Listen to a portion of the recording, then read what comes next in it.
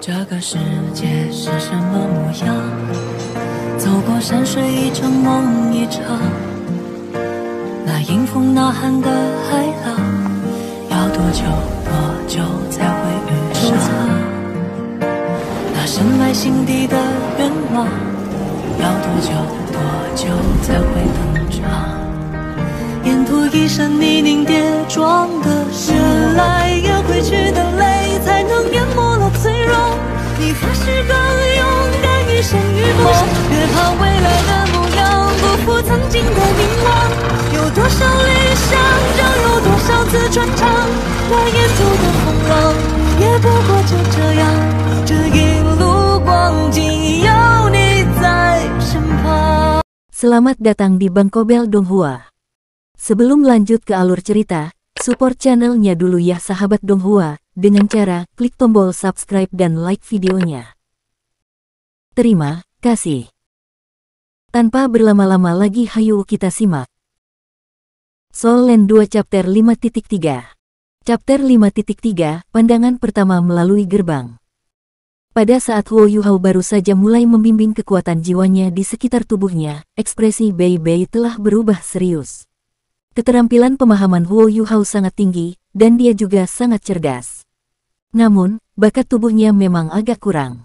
Setelah kekuatan jiwa Bei Bei memasuki tubuh Huo Yuhao, ia menemukan bahwa meridiannya sangat sempit, dan ada beberapa meridian yang sangat halus di tubuhnya yang tidak akan mampu menangani kekuatan kuat yang mengalir. Pada saat ini, Bei Bei menyadari bahwa fakta bahwa Huo Yuhao telah mampu berkultivasi ke peringkatnya saat ini, dan bahwa ia dapat memiliki cincin jiwa pertamanya, agak sulit baginya. Setelah mendapatkan cincin jiwa pertamanya, tubuhnya akan meningkat sampai batas tertentu, tetapi lorong-lorongnya masih setipis ini. Bisa dilihat betapa miskinnya bakatnya, sedemikian rupa sehingga dia benar-benar tidak jauh lebih baik daripada beberapa orang biasa yang bahkan belum membangkitkan kekuatan jiwa mereka. Seberapa besar kemauan yang harus dia miliki untuk mengembangkan kekuatan jiwanya ke peringkat ke-10 dan telah menjadi guru jiwa. Bei Bei memiliki temperamen yang tenang, menemukan ini tidak membuatnya merasa putus asa terhadap Huo Yuhao.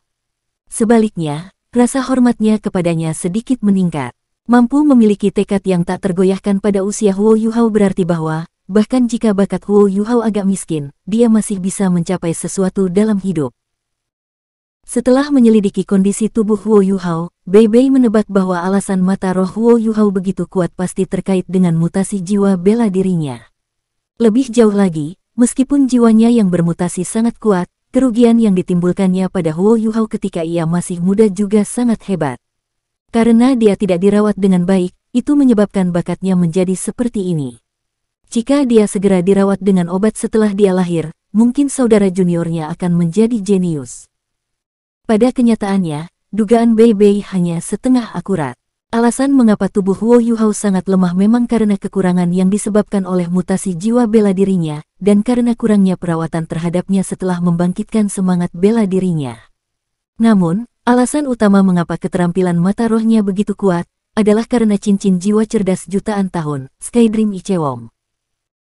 Saat langit gelap berangsur-angsur berubah menjadi biru tua, sepetak putih perlahan mulai muncul dari timur. Bei Bei perlahan menarik telapak tangannya, dan menghela nafas panjang. Sulit untuk menyembunyikan kelelahan di wajahnya yang sedikit pucat. Dia telah menggunakan seluruh malam untuk membantu membuka blokir lorong Huo Yuhao, membantunya menyelesaikan sirkulasi pertama teknik surga misterius. Proses ini sangat sulit, tetapi memiliki manfaat besar bagi Huo Yuhao. Huo Yuhao meludahkan seteguk darah beku sebelum dia membuka matanya. Pada saat ini, Huo Yuhao merasa bahwa semua 36.000 pori di tubuhnya telah dibuka, menyebabkan perasaan santai yang belum pernah terjadi sebelumnya menyebar ke seluruh tubuhnya. Mulut penuh darah beku yang dia keluarkan adalah kotoran di dalam darahnya yang menyebabkan stagnasi lorong-lorongnya. Setelah Bei Bei membantunya membuka blokir lorong-lorongnya, akhirnya lorong itu tidak tersumbat. Bahkan jika lorong-lorongnya masih tipis dan lemah, dia setidaknya bisa membiarkan kekuatan jiwa mengalir melalui mereka. Ini akan memungkinkan kekuatan jiwa Huo Yuhao mengalir dengan lancar ketika dia berkultivasi di masa depan. Sampai batas tertentu, ini telah mengubah fisiknya. Meskipun Bei Bei adalah seorang kultivator yang sangat baik di antara teman-temannya, dan merupakan ahli tingkat penatua jiwa, dia kelelahan setelah membuka blokir lorong Huo Yuhao. Saudara junior, berdiri dan melihat ke arah timur. Ikuti gerakanku, dan fokuskan matamu. Bei Bei menahan kelelahannya, dan berteriak pelan ke arah Huo Yuhao sambil memegang pundaknya dengan tangannya. Pada saat ini, Tang Ya, yang semula tidur nyenyak, sebenarnya terbangun. Dia melompat dan tiba di samping Bei Bei. Mereka bertiga membuka mata mereka dan melihat ke arah langit timur. Awan ungu samar tampak menerobos langit putih marmer yang secara bertahap berubah cerah. Jika Anda tidak memiliki ketajaman visual yang mencengangkan, serta konsentrasi yang cukup, tidak mungkin bagi seseorang untuk menemukan keberadaannya. Munculnya awan ungu menyebabkan perhatian 3 orang menjadi terfokus padanya. Mereka bahkan berhenti menghembuskan napas. Sebaliknya, mereka dengan ringan dan perlahan menghirup, secara bersamaan memperbaiki pandangan mereka pada warna ungu yang tiba-tiba, samar-samar muncul. Awan ungu tidak ada untuk waktu yang lama. Pada saat matahari pagi perlahan naik dari timur, matahari sudah menghilang. Baru pada saat itulah ketiga orang itu secara perlahan menutup mata mereka, dan secara bersamaan menghembuskan kotoran dari tubuh mereka. Bei Bei dan Tang Ya masing-masing meludahkan aliran udara putih berkabut. Setelah menghirup dan mengembuskan napas beberapa kali, akhirnya bubar. Meskipun kultivasi Huo Yuhao bahkan tidak dekat dengan gurunya Xiao Ya, atau kakak tertua sulungnya, dia merasakan kejutan besar. Ketika dia melihat awan ungu di timur yang jauh, perasaan hangat yang kuat tampaknya mengalir ke otaknya melalui mata rohnya, menyebabkan matanya mendapatkan makanan yang belum pernah terjadi sebelumnya, sedemikian rupa sehingga dia bisa melihat apapun dengan tingkat penglihatan yang sangat jelas tanpa menggunakan kekuatan jiwa apapun. Bahkan visi periferalnya langsung diperluas. Dan ketika dia menutup matanya untuk menahan awan ungu itu, perlahan-lahan dia terbenam ke dalam matanya. Mata rohnya bahkan mulai secara alami mengaktifkan kekuatan jiwa di dalam tubuhnya, menyebabkannya bergabung dengan awan ungu. Perasaan yang awalnya hangat secara bertahap menjadi perasaan menyegarkan yang samar yang memberinya rasa relaksasi yang tak terkatakan. Mata setan ungu, ini adalah keterampilan yang Guru Xiao Ya bicarakan. Ini adalah keterampilan yang dikatakan paling cocok untuk dia kembangkan. Ini hanya pertama kalinya dia mengolahnya, namun secara tak terduga memiliki efek seperti itu. Huo Yuhao merasa bahwa bahkan kekuatan jiwa yang sebelumnya dia kembangkan dan tingkatkan selama beberapa bulan terakhir tidak memiliki efek sebagus awan ungu timur ini. Setelah 15 menit penuh, perasaan relaksasi itu secara bertahap menghilang. Ketika Huo Yuhao akhirnya membuka matanya, cahaya ungu yang samar-samar terlihat sudah muncul di kedalaman matanya yang biru jernih. Sepertinya kau benar-benar mendapatkan hasil yang bagus. Tang Ya memandang Huo Yuhao dengan ekspresi senang di wajahnya.